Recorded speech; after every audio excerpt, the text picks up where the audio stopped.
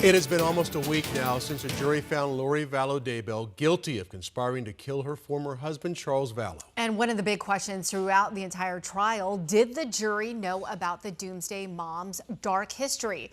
The I-Team's Erica Stapleton spoke with juror number 8 to get all the insight. Yeah, Tram Troy, very interesting interview. In order for this to be a fair trial, the jurors on this case could not have any knowledge of Lori Vallow Daybell, but as soon as they reached a verdict and the judge released them from the case, they could start to research and learned very quickly from reporters outside the court building that there was way more to this story. So back in 2023, Vallow Daybell was convicted in Idaho for killing her children, Tylee and JJ. She was also convicted for her role in the death of her current husband, Chad Daybell's first wife, Tammy. She was sentenced to 3 life sentences in Idaho, while Chad Daybell was sentenced to death in that state. In the latest case in Arizona, Vallow Daybell was convicted of conspiring to kill her former husband, Charles Vallow, so she could be with Chad Daybell. The jury reached a verdict after deliberating for about 3 hours. Here's part of my conversation with juror number 8. Deliberation process, what was that like for you? I didn't really know how it was going to go because of the great evidence that we were given. I thought we were all on the same page, and that wasn't the case. There was a couple of them that still were on the fence about it. And how did you guys get to a unanimous decision? The people that needed the extra clarification, we all went through it and helped them out by re-looking at it, re-watching it, rereading it. Once they found what they were needing for the clarification, then we all just realized that let's not waste anyone else's time and just write it down and get it over with. I mean, I knew it was a big case because of everything that was going on, but I did not know it was so big that literally everywhere. I have people from like every state reaching out to me saying thank you. Thank you for reaching a guilty verdict? Mm-hmm. Yeah, for being on the, they're just saying like thanks for serving for us and thanks for getting justice for the family. And Erica joins us now once again with the backstory. This is very interesting, very insightful about what juror number 8 was saying. So did juror number 8 immediately think that Lori Vallow Daybell was guilty? I mean, you know, Tass had talked about there were other, you know, some were on the fence, right? Mm-hmm. But what did juror number 8 initially think? Yeah.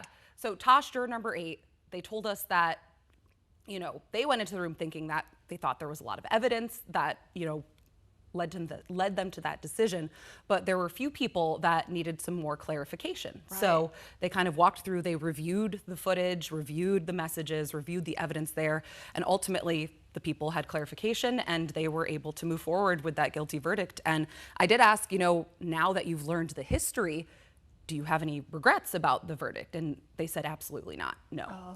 It's amazing to me that nobody, apparently on this jury, knew that she was guilty of killing her 2 young children. No, and it was, I mean, you need it to be that way in order for it to be a fair trial here in Arizona. Mm-hmm. And we talked about this from the beginning of the case. We thought it was wild that people maybe don't know about this, but almost immediately, because once they were released, people were saying, start Googling, start looking. So as the jurors are leaving the courtroom, we're outside, we're talking about the verdict live on air, right. And we have teams trying to talk to people because the biggest question in all of this was, what do they know? What gaps are they missing? And in part of the interview will be airing later this evening at 6 o'clock, Tosh told me, you know, we were wondering why we weren't hearing from Tylee, Lori's daughter, because she came up in, you know, in the prosecution's case.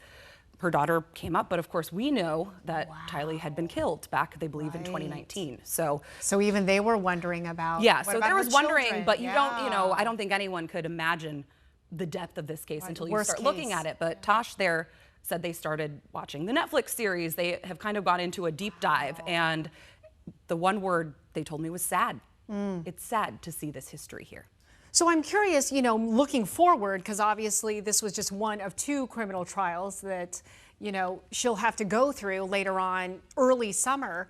I mean, they're going to have to start this process all over again. And once again, is it the same thing where this jury cannot know anything about her past? Yes. Again, yes. The murders of her 2 children, all of it. And now this conviction in this case for conspiring to kill Charles Which is Vallow. even, you know, so harder. I think that does make it more challenging because, of course, there was a lot of attention on this case. But, you know, I would imagine the court is very confident that they can seat a jury. They're expecting it to go on the last week of May. We'll plan to be there covering it. And the process actually went pretty quickly. I think you'd be surprised that how many people maybe aren't in the trenches of local news like we are day in, day out. And I'd advocate people should be paying attention to what's going on in their communities. But not everyone wants to know about these atrocities that have occurred in this case. So I think it'll be possible to seat a jury. And Tosh, the juror, said that they plan to go sit in.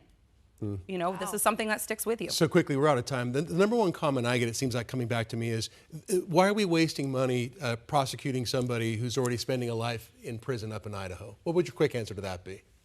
You want convictions on paper here too. You want justice in all of the cases, all of the charges that she's facing. So I think that's the short answer, but we can certainly talk about that another time as well, Troy. Justice. All right, great. Thank you.